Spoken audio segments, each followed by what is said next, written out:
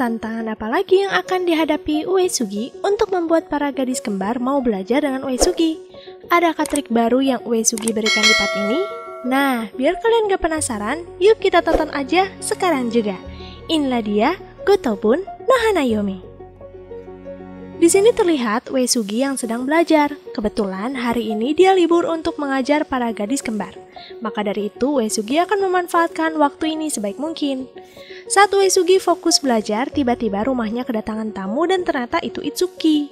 Kedatangan Itsuki kali ini adalah untuk memberikan upah Uesugi yang dititipkan ayahnya. Uesugi tentu saja merasa tidak enak jika harus menerimanya, karena sejauh ini belum ada perkembangan apapun dari kelima gadis itu. Itsuki pun memaksa Uesugi untuk menerimanya, karena bagi Itsuki, Uesugi cukup merubah pola pikir mereka. Mengingat nominalnya yang cukup luar biasa, Uesugi pun akhirnya menerimanya, dan dia langsung mentraktir Raiha. Pada saat itu Raiha langsung meminta Uesugi mengajaknya ke game center. Uesugi pun mengabulkan permintaan Raiha, termasuk Itsuki juga ikut pergi dengan mereka, karena ini juga permintaan Raiha. Terlihat Raiha sangat senang bermain di sana. Uesugi dan Itsuki juga sama-sama menikmati bermain permainan juga. Setelah berkeliling ke sana kemari, Raiha pun mengajak Itsuki dan Uesugi berfoto bersama. Awalnya, Uesugi menolaknya, tapi Itsuki mengingatkan Uesugi tentang keinginannya membahagiakan Raiha kan, dan pada akhirnya mereka berdua pun mau berfoto bersama. Singkat cerita, mereka pun bersiap pulang, tapi di tengah jalan Raiha malah dikejutkan oleh 4 gadis yang wajahnya mirip dengan Itsuki.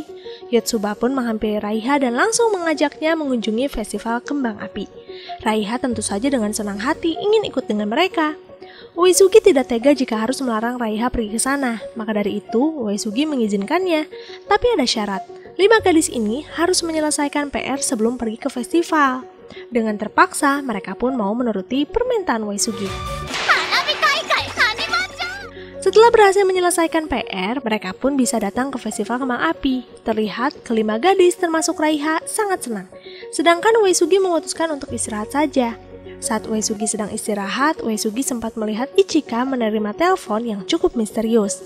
Tapi saat Uesugi mencoba meneliti lebih lagi, dia tiba-tiba dipanggil Raiha yang berhasil menangkap ikan dan jumlahnya sangat banyak. Selain itu, Raiha menunjukkan paket kembang api super duper yang dibelikan Yotsuba. Karena festival kembang api akan segera dimulai, Neno memberitahu kalau dia memesankan tempat yang bagus untuk melihat kembang api. Tapi sebelum pergi ke sana, Nino ingin wisata kuliner dulu. Tentu saja semuanya setuju, mereka pun berjalan bersama-sama. Tapi seiring berjalannya waktu, mereka terpisah. Itsuki pergi dengan Ichika, Yotsuba pergi dengan Raiha, dan tersisa Miku dengan Uesugi. Sedangkan Nino tidak sengaja terbawa arus pengunjung yang membuatnya terpisah.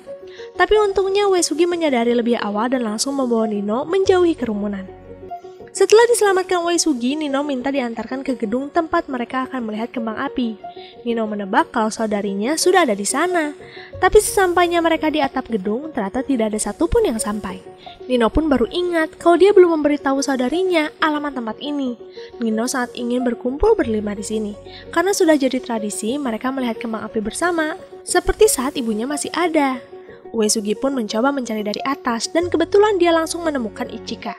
Nino mencoba menghubungi Ichika tapi sinyal di sana sangat jelek. Melihat kesulitan yang dihadapi Nino, Uesugi pun memutuskan untuk membantu mencarikan sisanya. Nino, tunggu saja di sini. Karena yang paling dekat adalah Ichika, Uesugi pun langsung menghampiri Ichika. Tapi saat dia akan mengajak Ichika pergi, ada om-om yang menahan Uesugi dan menanyakan hubungan Uesugi dengan Ichika apa. Pada saat itu Uesugi malah kebingungan sendiri harus menjawab apa. Teman, guru, kenalan, atau apa? Dari kebingungannya itu sayangnya membuat Uesugi kehilangan Ichika. Di saat Uesugi mencari Ichika, Miku menghampiri. Suara Uesugi yang mencari Ichika ternyata cukup menarik perhatian Miku. Mereka berdua pun memutuskan untuk istirahat karena kebetulan kaki Miku lecet. Saat mereka istirahat, Uesugi menceritakan rasa penasarannya dengan om-om yang bersama Ichika tadi. Mendengar hal itu, Miku jadi teringat juga pernah melihat Ichika pulang bersama om-om. Uesugi pun jadi khawatir jika Ichika punya hubungan yang aneh dengan om-om. Uesugi melihat waktu sudah sangat sempit. Acara utama akan segera dimulai kan? Uesugi pun mengajak Miku mendatangi tempat Nino. Di waktu yang bersamaan, tiba-tiba Miku melihat Itsuki. Dia pun meminta Uesugi untuk membawa Itsuki terlebih dahulu. Dengan cepat, Uesugi pun menghampiri Itsuki. Saat Uesugi akan membawa Itsuki ke tempat Miku, Uesugi malah dikejutkan dengan kehadiran Ichika di belakangnya. Anehnya, Ichika malah menarik Uesugi pergi ke tempat lain, jauh dari keramaian. Di sini, Ichika meminta Uesugi merahasiakan apa yang sudah dilihat Uesugi sebelumnya. Selain itu, Ichika menyampaikan kalau dia tidak bisa melihat kembang api bersama saudara kembarnya. Setelah mengatakan itu semua, Ichika pun bersiap pergi meninggalkan Uesugi. Tapi belum juga keluar dari gang itu, Ichika berlari kembali dan memberitahu Uesugi kalau di depan sana ada teman kerjanya. Ichika tidak boleh terlihat di sini. Maka dari itu Ichika pun meminta Uesugi memeluknya. Pelukan di antara mereka berdua berhasil mengecoh om-om itu, tapi sepertinya masalah belum selesai, karena si om ini malah menarik seorang yang dianggap sebagai Ichika, dan setelah diteliti lagi, Ichika sadar kalau gadis yang dengan tampilan baru itu adalah Miku. Ternyata sebelumnya Miku mencoba merubah penampilannya. Melihat Miku ditarik om-om, tentu saja Uesugi tidak tinggal diam. Tindakan Uesugi seperti ini tentu saja membuat si om-om ini kembali menanyakan alasan Uesugi menarik gadis yang dia kira Ichika. Dengan percaya diri, Uesugi menjelaskan kalau dia adalah partnernya. Bagi Uesugi, itulah jawaban yang tepat karena mereka saling membantu satu sama lain kan. Selain itu, Uesugi pun menjelaskan kalau yang ditarik bukan Ichika, melainkan orang yang berbeda. Om ini tentu saja terkejut, kenapa ada dua Ichika? Di saat itu juga terungkap kalau Ichika bekerja sebagai model dan alasannya kesini adalah untuk membawa Ichika mengikuti audisi penting. Ichika pun tetap harus pergi meninggalkan mereka. Uesugi pada saat itu melihat kalau Ichika sebenarnya ingin melihat kembang api. Miku juga merasakan hal yang sama, maka dari itu Miku pun meminta Uesugi segera membawa Ichika. Tanpa pikir panjang, Uesugi mengejar Ichika dan kebetulan Ichika sedang sendirian karena si om sedang membawa mobil. Di sana Uesugi menanyakan kepada Ichika apakah dia yakin ingin meninggalkan saudarinya. Ichika pun memberikan naskah kepada Uesugi sebagai bukti kalau Ichika memang akan mengikuti audisi penting. Ichika berkesempatan bermain di film besar. Tidak lama muncul mobil yang akan menjemput Ichika. Sebelum Ichika pergi, Uesugi pun menarik Ichika, meminta Ichika ke depannya jangan sering menaruh senyuman palsu. Selama kejadian tadi, Uesugi merasakan adanya rasa takut di dalam diri Ichika. Ichika pun menjawab kalau dia takut saudara kembarnya mengetahui tentang pekerjaannya ini, termasuk mengikuti audisi. Ichika takut kalau gagal, Ichika nanti tidak berani lagi menemui saudarinya. Karena waktu sudah sangat sempit, Ichika pun pergi meninggalkan Uesugi. Ichika berterima kasih karena Uesugi sudah menyadari apa arti dari senyumannya. Sesampainya Ichika di tempat audisi, Ichika langsung mempersiapkan dirinya dan kebetulan dia masih diterima untuk ikut audisi. Ichika berhasil menunjukkan kemampuan aktingnya. Semua itu berkat bayangan Uesugi. Ichika seakan-akan berkomunikasi dengan Uesugi. Dia mengungkapkan rasa syukur sudah memiliki guru sebaik Uesugi. Setelah sukses audisi, Ichika bertemu dengan Uesugi yang ternyata menunggunya di depan gedung audisi. Uesugi langsung membawa Ichika ke taman dan ternyata di sana sudah berkumpul semua saudarinya. Uesugi dan yang lainnya tetap akan mengadakan acara kembang api walaupun kecil. Tentu saja Ichika sangat terharu dan dia pun meminta maaf kepada yang lainnya karena tidak menceritakan tentang pekerjaannya. Nino dengan lantang mengiyakan kesalahan Ichika karena tidak terbuka. Tapi sejauh ini bagi Nino dan yang lainnya, hari ini mereka melakukan kesalahan masing-masing. Maka dari itu Nino dan yang lainnya ikut meminta maaf juga. Mereka pun akhirnya menikmati waktu bersama main kembang api, persis seperti apa yang biasa mereka lakukan sebelumnya. Sekolah hari ini mengumumkan jadwal ujian tengah semester. Tentu saja itu adalah garis mendebarkan bagi Uesugi karena dia ingin para gadis kembar mendapatkan nilai baik. Uesugi kembali membujuk Itsuki dan Nino, tapi hasilnya tetap gagal. Uesugi pun menyerah. Dia akan fokus dulu dengan murid yang ada. Dan sekarang ada perkembangan baru karena Ichika bergabung dengan mereka. Setelah selesai belajar dengan sangat berat, Miku, Ichika, dan Yotsuba memutuskan pergi beli parfait. Sedangkan Uesugi memutuskan untuk pulang saja. Di perjalanan pulang, Uesugi tiba-tiba didatangi Itsuki. Itsuki memberikan HP-nya kepada Uesugi dan saat itu dia mendengar suara seorang bapak-bapak dan ternyata itu ayah Itsuki. Dengan tegang, Uesugi mencoba mencerna pesan dari ayah Itsuki. Di sana ayah Itsuki mengetahui tentang jadwal ujian tengah semester yang akan datang. Maka dari itu ayah Itsuki meminta Uesugi lebih giat lagi mengajari putri-putrinya. Karena jika di ujian kali ini salah satunya ada yang gagal, dengan terpaksa ayah Itsuki akan mengganti Uesugi. Maksudnya dipecat.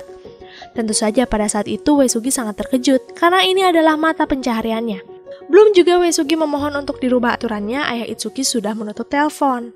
Setelah menerima telepon dari ayah Itsuki, Uesugi jadi lebih keras kepada Itsuki untuk mau belajar dengannya dan jangan keras kepala lagi. Melihat Uesugi seperti ini, Itsuki jadi bertanya-tanya, apakah Uesugi melakukan hal ini karena uang? Keadaan Uesugi saat ini sedang tertekan kan? Uesugi malah mengiyakannya. Menurutnya, kalau bukan karena hal itu, mana ada yang bisa mengatur anak-anak nakal seperti mereka. Kalimat itu tentu saja semakin membuat Itsuki kesal, dan hasilnya Uesugi malah baru menyadari penyesalannya. Harusnya Uesugi membujuk sebaik mungkin agar Itsuki mau belajar kan? Lalu di sini Uesugi sedang bermain permainan dengan Miku, Yotsuba, dan Ichika. Tapi walaupun mereka sedang bermain, Uesugi masih memikirkan nasibnya menjadi guru les. Tidak lama dari itu muncul Itsuki yang terlihat masih marah. Melihat Itsuki yang marah kepada Uesugi, Nino jadi memiliki ide untuk mengusir Uesugi. Ketika Uesugi didorong Nino, untungnya Ichika membuat skenario, yaitu menagih janji Uesugi menginap di sini untuk belajar. Berkat bantuan Ichika, Uesugi ada kesempatan memperbaiki hubungan dengan Isuka, sekaligus mengajar semaksimal mungkin kan? Saat Uesugi melamun, tiba-tiba suara Itsuki mengetuk pintu. Otomatis itu menjadi kesempatan Uesugi meminta maaf. Uesugi pun menjelaskan kalau sikapnya kemarin karena dia sedikit frustasi dengan tekanan yang diberikan ayahnya tentang pemecatan jika salah satu dari mereka tidak lulus. Uesugi berharap Itsuki paham dan mau bekerja sama dengannya. Setelah mengungkapkan itu semua, pintu pun terbuka, dan ternyata itu bukan Itsuki, melainkan Nino. Uesugi pada saat itu langsung pasrah, karena jika Nino yang mengetahuinya, berarti Nino akan sengaja gagal agar Uesugi dipecat. Walaupun rahasia itu terbongkar oleh Nino, Uesugi masih berusaha mengajar di depan Nino, karena siapa tahu Nino sedikit mendengar penjelasan hari ini. Saat Uesugi asik mengajar, tiba-tiba Itsuki turun dan meminjam headphone milik Miku. Itsuki merasa kalau mereka sangat berisik dan mengganggu. Melihat ketegangan antara Itsuki dan Uesugi, Ichika pun mengajak Uesugi mengobrol di luar. Di sana Ichika menggambarkan kalau di kacamata Ichika, Itsuki dan Uesugi ada kemiripan, yaitu keras kepala. Ichika memberitahu kalau sebenarnya Itsuki itu anak yang sangat gengsian dan sering menyembunyikan perasaan aslinya. Ada kemungkinan sebenarnya Itsuki sangat ingin bergabung dengan yang lainnya untuk belajar. Tapi karena hubungan Uesugi dan Itsuki sejak awal terjadi karena pertikaian, Itsuki jadi gengsi untuk kembali baikan. Ichika berharap Uesugi bisa membuat Itsuki mengeluarkan perasaan aslinya. Malam pun tiba. Uesugi diizinkan Miku tidur di kamarnya, sedangkan Miku akan tidur dengan Ichika. Lalu saat tengah malam, Miku terbangun untuk buang air kecil. Tapi karena dia setengah tidur, Miku tidak sadar malah masuk ke kamarnya, dan dia pun tidur bersama Uesugi. Akibat kejadian di malam itu, tentu saja di pagi harinya Uesugi terkejut melihat keberadaan Miku di sampingnya. Sedangkan di bawah sana, Ichika, Nino, dan Itsuki sudah sarapan. Di sana mereka kembali membahas tentang Uesugi. Nino sih berharap Itsuka tetap dengan pendiriannya, menjauhi Uesugi. Sedangkan Ichika sebaliknya, Ichika ingin Itsuki mendengarkan kata hatinya. Ichika pun mempunyai ide dengan membuat Itsuki berpenampilan seperti Miku. Siapa tahu itu bisa membuat Itsuki percaya diri ketika bertemu dengan Uesugi. Dan lucunya, Itsuki menuruti ide Ichika, dan dia pun mendatangi kamar Miku.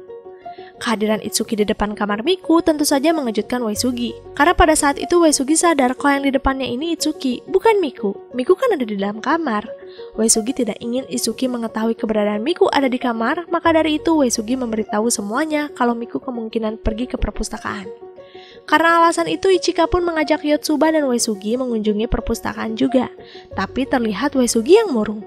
Pada saat itu Ichika langsung paham kalau Uesugi pasti masih memikirkan hubungannya dengan Itsuka yang kurang baik. Maka dari itu Ichika pun berpura-pura meminta Uesugi mengembalikan kotak pensil di apartemen.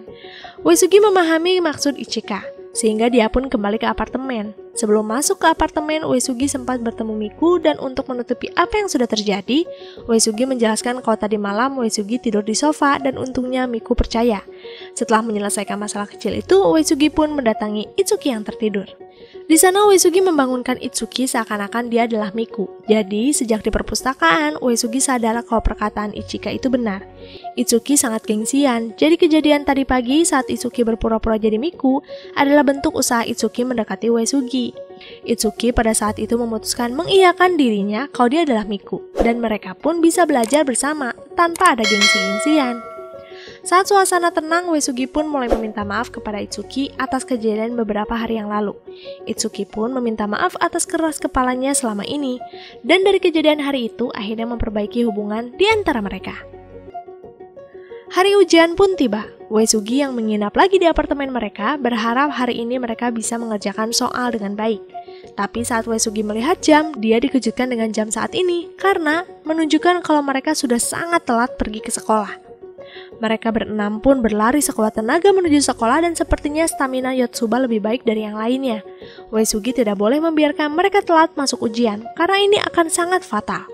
Walaupun mereka sudah berlari sekencang mungkin, mereka tetap telat masuk kelas. Hanya Yotsuba saja yang berhasil. Ujian akan dimulai 12 menit lagi, sedangkan guru pengawas sudah standby depan pintu sekolah. Uesugi pun memiliki ide cemerlang. Karena Yotsuba sudah ada di kelas, maka dari itu mereka berempat mempunyai kemungkinan lolos masuk ke sana juga. Mereka harus berpura-pura menjadi Yotsuba yang sudah masuk, tapi dia keluar lagi karena membantu guru. Awalnya mereka ragu, tapi saat melihat Miku benar-benar lolos masuk pintu depan, mereka pun satu persatu mengikuti cara itu. Sampai-sampai guru pengawas merasa bingung karena melihat wajah yang sama berulang kali. Kini yang tersisa hanya Uesugi. Dia mencoba keberuntungannya dengan cara yang sama, tapi tentu saja penyamarannya langsung terbongkar. Uesugi pun meminta mereka berlima berjuang sekuat tenaga di ujian kali ini. Melihat Uesugi yang sudah berkorban, Itsuki pun memaksa saudara kembarnya mau berjuang demi Uesugi. Singkat cerita, hari pengumuman hasil ujian pun tiba. Saat ini hati Uesugi sudah menerima dengan lapang dada apapun hasilnya. Dia pun meminta satu persatu dari mereka menunjukkan nilai ujian mereka masing-masing, dan terlihat hanya satu mata pelajaran yang lolos. Itu pun pelajaran yang berbeda setiap orang. Uesugi pun memberi saran kepada mereka, mulai dari sekarang mereka harus saling mengajarkan saudaranya satu sama lain, sesuai dengan keahlian mereka masing-masing, karena kemampuan mereka berbeda-beda. Saat sedang memberi arahan, tiba-tiba Itsuki menerima telepon dari ayahnya. Itsuki pun memberikan telepon itu kepada Uesugi. Telepon itu sudah pasti tentang hasil ujian kan? Maka dari itu, tanpa basa-basi, Uesugi meminta ayah Itsuki mencari guru les baru. Tapi belum juga selesai menjelaskannya, Nino merebut telepon dan mengatakan kepada ayahnya kalau ujian mereka lancar. Mereka lulus semua mata pelajaran. Berkat kalimat Nino lah, akhirnya Uesugi tidak jadi dipecat, karena Nino ini sangat dipercaya oleh ayahnya. Semuanya tentu saja terkejut, kenapa Nino melakukan itu? Nino pun mengatakan kalau dia tidak berbohong, karena memang mereka lolos semua mata pelajaran kan, walaupun itu masing-masing satu. Selain itu, Nino meminta Uesugi lebih berusaha membuat mereka lulus di ujian selanjutnya. Selesai nih part 2, mulai ada secercah harapan buat Uesugi mengajar kelima gadis kembar dengan baik. Nah, tinggal nilai mereka yang dibenahi. Bagaimana cerita selanjutnya? Nantikan aja di part 3. Makasih yang udah setia sampai part ini. Sampai jumpa lagi di next video. Jamatane, arigato gozaimasu.